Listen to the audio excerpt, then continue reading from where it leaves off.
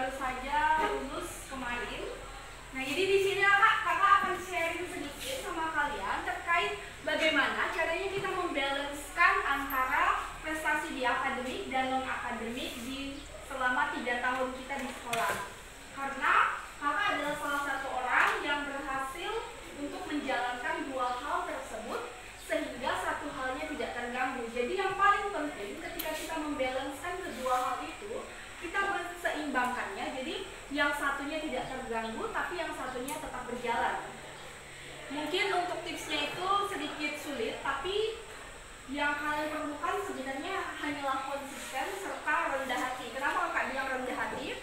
Karena ketika nantinya kalian ingin berprestasi dalam bidang akademik yang adalah bagian pelajaran, bagian dalam kalian dalam kelas, itu memerlukan teknik yang namanya kalian itu harus rendah hati. Oke, yang pertama kita bahas akademik. Kakak dulu kelas 10 sampai kelas 12 itu ranking satunya tidak pernah turun. Kenapa? Apakah karena kakak rajin belajar? Apakah karena kakak sangat mengerti semua mata pelajaran? Jawabannya tidak.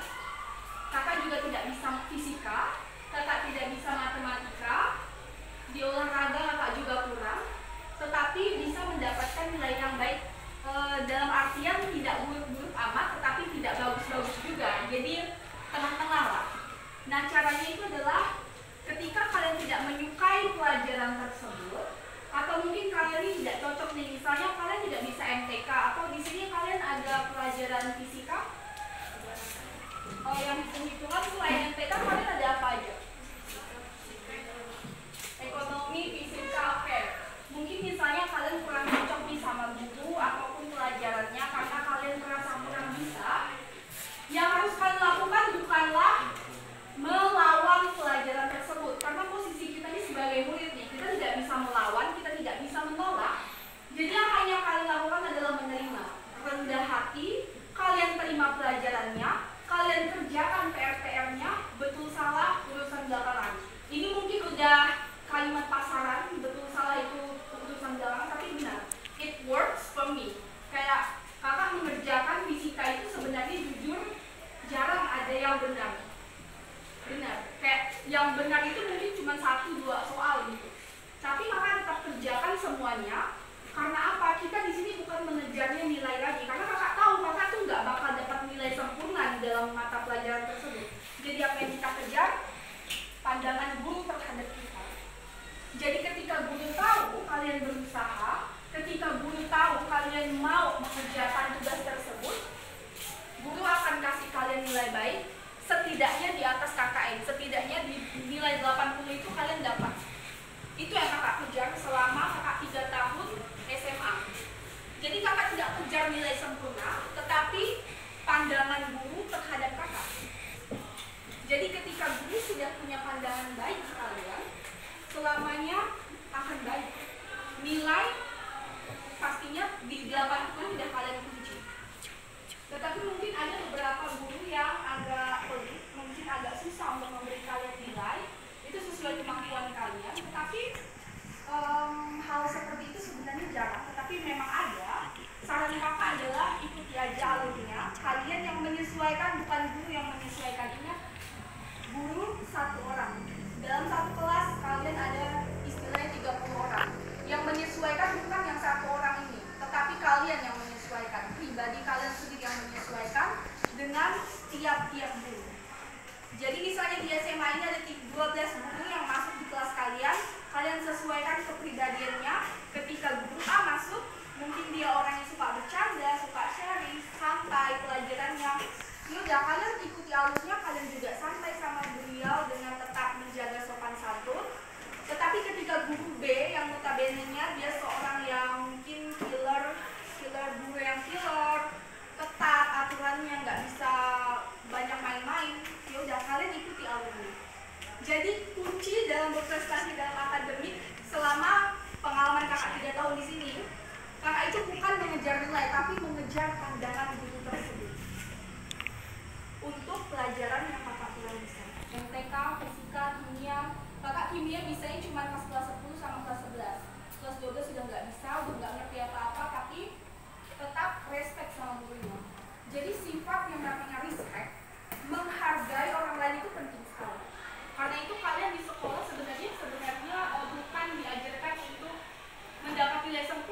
sebuah pelajaran, tetapi bagaimana kalian mengatur sifat kalian ketika bertemu yang lebih tua, ketika bertemu dengan orang lain.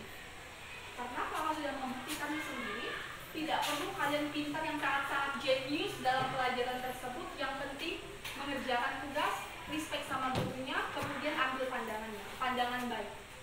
Kalian harus berusaha untuk membuat guru tersebut berpandangan berpositif ketika melihat kalian. Yang pertama tentu saja dengan kesan pertama, yaitu pakaian harus rapi, kemudian jangan celengikan, dan kalian ketika di dalam kelas jangan banyak bercandanya. Itu kesan pertama. Jadi ketika sudah pertemuan kedua, pertemuan ketiga, kalian tinggal menyesuaikan dengan sifat guru tersebut. Oke, selanjutnya mungkin untuk non-akademik, kakak ikut di sini mungkin sekitar 2 ekstrakurikuler, yaitu drum band dan paskibra. Kemudian ikut organisasi OSIS, kemudian ikut mading, kadang juga pramuka, itu cuma kelas 10 aktifnya. Selanjutnya mungkin di luar sana tidak ada kegiatan sih. Jadi cuma ada 5 kegiatan yang kakak jalankan secara bersamaan di sekolah. Untuk menjalankan 5 ataupun lebih, kalian itu tidak perlu pusing-pusing. Sebenarnya itu adalah bagaimana kalian memanajemen waktu kalian. Semuanya bisa ikut. Manajemen waktu ketika kalian di rumah dan di sekolah. Kalian harus bisa menentukan prioritas kalian terlebih dahulu. Ketika memilih ekstrakurikuler, kalian pikirkan dulu pekerjaan kalian di rumah. Apakah kalian punya pekerjaan yang harus dikerjakan? Apakah kalian punya tugas dari orang tua yang harus kalian kerjakan setiap hari di rumah, misalnya membersihkan rumah ataupun menjaga adik dan sebagainya. Nah, kalau kakak pribadi tidak ada. Makanya 5 itu bisa kakak jalankan dengan baik gitu. Jadi prioritas kakak itu sebenarnya hanya di sekolah. Jadi di sini kakak nggak mengajak kalian harus 5 kegiatan itu diikuti, tapi ikutilah sesuai passion kalian. Mungkin ini SMA itu sebenarnya perlu kalian ingat tahun terakhir kalian, masa-masa terakhir kalian untuk menjadi anak sekolahan. Dulu ketika kakak SMP, itu di SMP kakak itu ada ekstrakurikuler drum band. Ketika SD, kakak itu pokoknya mimpi kakak aja. Kakak mau ikut drum band pas SMP. Pokoknya pas SMP harus ikut drum band. Nah, ketika udah SMP nih masuk, ada nih pendaftaran ekstrakurikuler kan, ada drum band. Kakak pilih? Tidak. Kakak pas itu terdistraksi dan akhirnya pilih ekstra tari, kemudian tari musik tradisional. Jadi sampai 3 tahun kakak di SMP, kakak tidak pernah ikut sekalipun drum band. Dan itu mungkin salah satu penyesalan terbesar kakak ketika kelas 9. Karena kelas 9 kan udah nggak ada yang ekstra kan. Jadi tinggal mikir-mikir aja tuh. Nah, pas kelas 9 mungkin itu adalah penyesalan terbesar kakak tidak ikut drum band. Padahal itu hal kecil kan. Padahal ya udah kalau udah ikut ya udah gitu, nggak berpengaruh juga. Tapi yang kakak tekankan di sini adalah masa-masa kalian sebagai seorang siswa. Ketika kalian kerja, ketika kalian lulus nanti, ketika kalian kuliah, mungkin tidak semua kampus mempunyai yang namanya pramuka, drum band, paskibra, bola, voli. Tidak semua kampus punya. Ketika kalian kerja, ya kalian paling ikut itu cuma melihat doang kan. Tapi kalau misalnya olahraga mungkin masih bisa kalian ikuti. Jadi yang kakak tekankan di non-akademik ini adalah jangan sampai kalian buat penyesalan untuk hal yang tidak bisa kalian ulangi.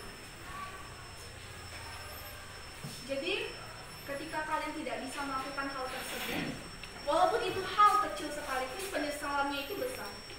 Makanya itu kakak hindari, itu mindset yang kakak tanamkan sejak kakak kelas 10.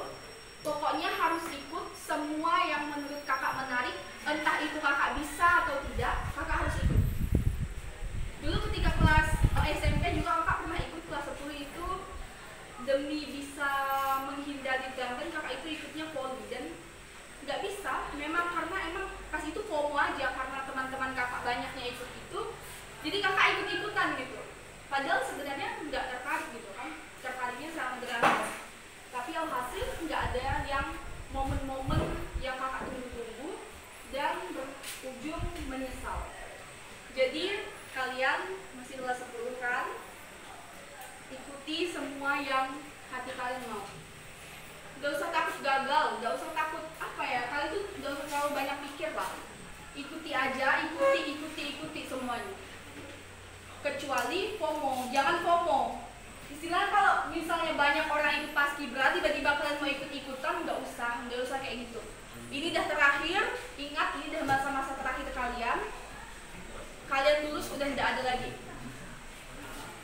Intinya lulus, selesai semua, tidak ada.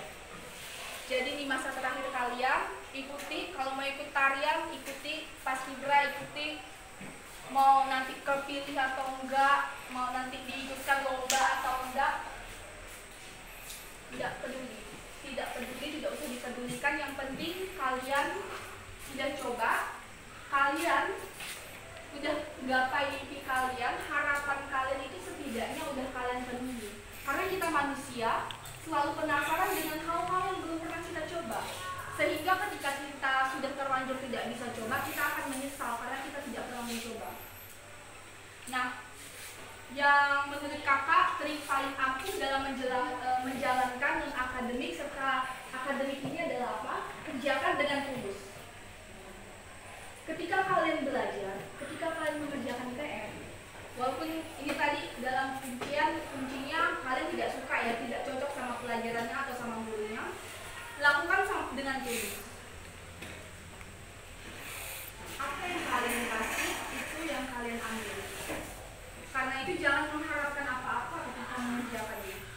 Ketika kalian di non-akademik, kalian paskibra apa? Ikut paskibra, lakukan dengan tulus. Kalian jangan pikir aku tinggi badan aku kurang, pasti nanti tidak pernah terpilih untuk tugas. Tapi yang kalian tanamkan itu harusnya aku ngikutin ini karena ini mimpi aku gitu. Jadi doesn't matter kalau misalnya kalian itu nggak terpilih menjadi petugasnya. Yang penting lakukan dengan tulus. Rendah hati, lakukan dengan tulus. Hal-hal yang kalian bangun dengan positif akan kembali ke kalian secara positif. Percaya, benar.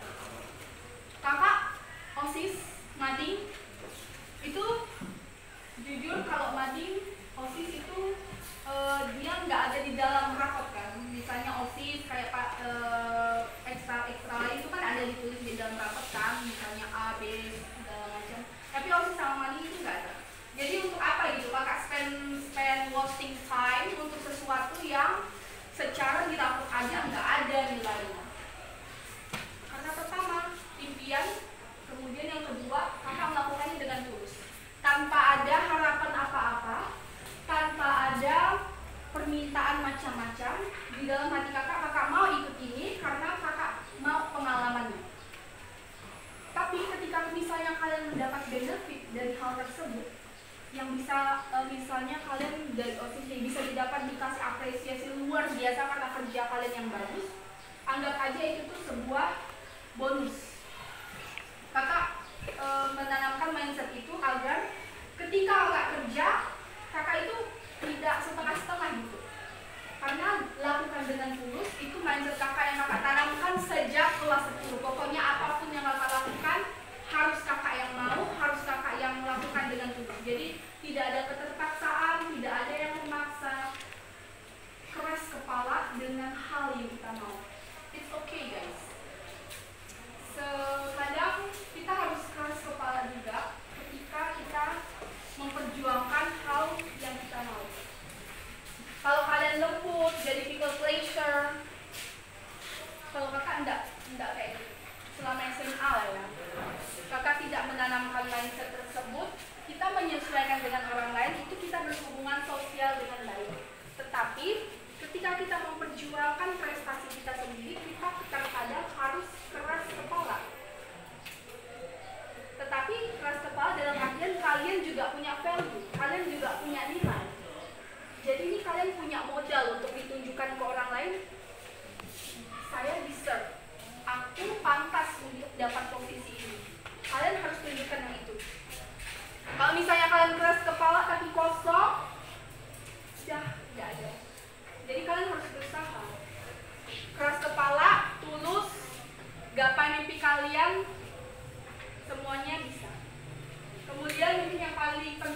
ada beberapa orang yang menanyakan kakak, gimana caranya untuk pede tampil di depan. Dulu ketika SD, kakak itu kelas 6 pas kelulusan disuruh untuk pidato di depan orang tua murid serta murid-murid untuk terakhir penetasan. Pidatonya pas itu dibuatkan oleh orang tua kakak. Dalam kertas kakak baca. Jujur kalau penilaian kakak sendiri itu tuh hancur, yang kayak penampilannya jelek, nggak ada intonasi, kayak apa sih? Kayak kok bisa ya orang baca kayak gitu dalam hati. Tapi setelah sekarang kakak mengerti, kalian harus mulai dari lingkup terkecil. Kakak bisa mendapat atensi pertama kelas 10 itu pas MPLS kakak langsung dipilih jadi ketua kelas. Kenapa? Hanya karena kakak maju mimpin doa di depan. Itu wali kelas kakak berdarah. Jadi beliau pas itu sebelum mulai beliau tanya siapa yang mau maju di depan untuk mimpin doa. Tidak ada yang mau. Kakak maju. Tapi to be honest, ketika maju tangan kakak getar-getar. Enggak bohong. Mimpin doa di depan kelas tangan kakak bergetar. Kakak takut, gugup, takut salah ucap, takut diejek, tapi udah maju dulu. Karena itu salah satu mimpi kakak untuk bisa mimpin doa di depan. Jadi mimpi itu guys tidak perlu besar, yang kecil aja bisa kalian jadikan mimpi. Hal kecil, mulai dari hal kecil. Jadi ketika itu kakak maju, doa, puji Tuhan baik, lancar.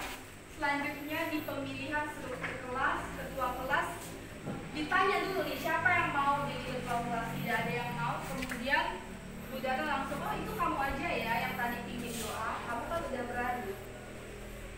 Oke. Tapi itu kakak masih kayak, aduh jangan deh. Soalnya memang sebenarnya jadi ketua kelas itu bukan dream banget sih, bukan mimpi kakak banget gitu. Tapi ternyata ada jalan yang dibukakan karena keberanian yang kakak lakukan. Sehingga ketika kakak menjadi ketua kelas, kakak bangun relasinya dengan siapa? Guru-guru. Jadi guru-guru sering nitip tugas, sering tanya ini itu, kakak juga menyampaikan nanya ini itu mewakilkan teman-teman, terbangunlah sebuah relasi itu. Jadi sehingga ketika relasi itu terbangun, guru-guru punya pandangan baik sama kakak, jadilah kakak itu berani untuk maju untuk mulai melakukan hal-hal lain. Misalnya masuk ke OSIS, kakak mulai tidak langsung minta saya mau pidato di depan, enggak. Tapi kakak mulai ketika rapat OSIS mulai memberikan alasan-alasan atau argumen-argumen kakak untuk masukkan di kegiatan OSIS. Jadi kita tips untuk bisa maju ke depan itu sebenarnya enggak susah kalau misalnya kalian langsung ke lingkup yang besar. Jujur, yang pertama harus kalian lakukan yaitu di dalam kelas dulu. Karena kalau misalnya kalian malu untuk menunjukkan diri kalian di depan muka-muka teman sekelas kalian yang tiap hari kalian temui itu, no, tidak bisa. Apalagi di luar kan. Jadi kalian tunjukkan dulu diri kalian ke depan kelas, tunjukkan ke teman-teman kalian, bicara. Tidak tahu tuh bicara apa, yang penting terstruktur aja sih. Selanjutnya kalian bisa mulai dari lingkup yang besar. Kemudian balance, keseimbangan antara akademik dan non-akademik yang tadi kakak bahas di awal. Hanyalah perlu waktu, manajemen waktu, kerjakan dengan tulus, jangan ada yang berat hati. Karena ketika kalian udah capek nih, jujur, kakak kerjakan OSIS, itu project OSIS, project mading kadang sampai sore, kadang sampai malam. Lalu gimana bisa kerjakan tugas-tugas? Tulus aja. Hati kalian melakukannya dengan baik, dengan prasangka baik, dengan harapan yang baik.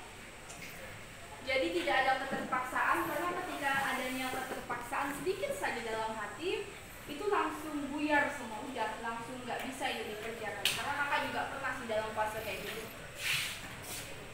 Dan selanjutnya adalah tentukan goals kalian. Dari sekarang kalian kelas 10. Kakak harap kalian dari kelas 10 jangan pernah santai-santai karena kalian SMA bukan SMP, jadi nggak sama. Benar dong, nggak sama. Kalian nanti lulus langsung nentuin tuh mau kemana, kerja, tes apa segala macam, kuliah. Kelas 10 kalian langsung tentukan. Kakak dulu mikirkan mau kuliah kemana itu dari kelas 10. Jadi bukan dari SMP tapi dari kelas 10. Kakak udah ancang-ancang nih ini mau kemana, tapi itu pas fase-fasenya masih bingung. Jadi kelas 11 kakak berubah pikiran. Kemarin sebelum pendaftaran kuliah juga kakak kadang berubah pikiran. Intinya selanjutnya kalian pikirkan aja dulu mau kemana. Misalnya mau kerja, yaudah kalian siapkan diri kalian dengan baik, nilai-nilai di ijazah kalian. Biasakan kerja itu sepertinya lebih dari ijazah ya. Kemudian kalau misalnya kalian mau kuliah, siapkan nilai kalian dengan baik. Di prestasi itu kakak gagal kemarin, jadi tips kakak nilai kalian harus naik terus. Kemudian ada prestasi, itu mungkin masih bisa lah untuk kalian tembus. Kemudian kalau misalnya kalian mau tes, misalnya kedinasan, polisi, TNI, apapun itu, tes itu, siapkan diri kalian, psikologi, nilai-nilai, SKD, fisik, itu tidak mudah. Jujur tidak mudah. Karena kakak juga belum dapat kampus, kakak baru mau tes, dan persiapannya tidak mudah. Jadi jangan kalian mudahkan lah gitu, jangan kalian berpandangan oh bisa. Nanti kelas 11 bisa mati. Jadi mungkin kakak terkesan menakuti, tapi emang semenakutkan itu nih. Memang jujur semenakutkan itu fase kalian kelas 12. Mungkin ini nggak ada yang ngasih tahu kalian, tapi emang menakutkan. Jadi kakak nggak ada mau di sini lembut-lembut, nggak ada yang santai nanti kelas 12 paling kalian bisa, mungkin enggak. No.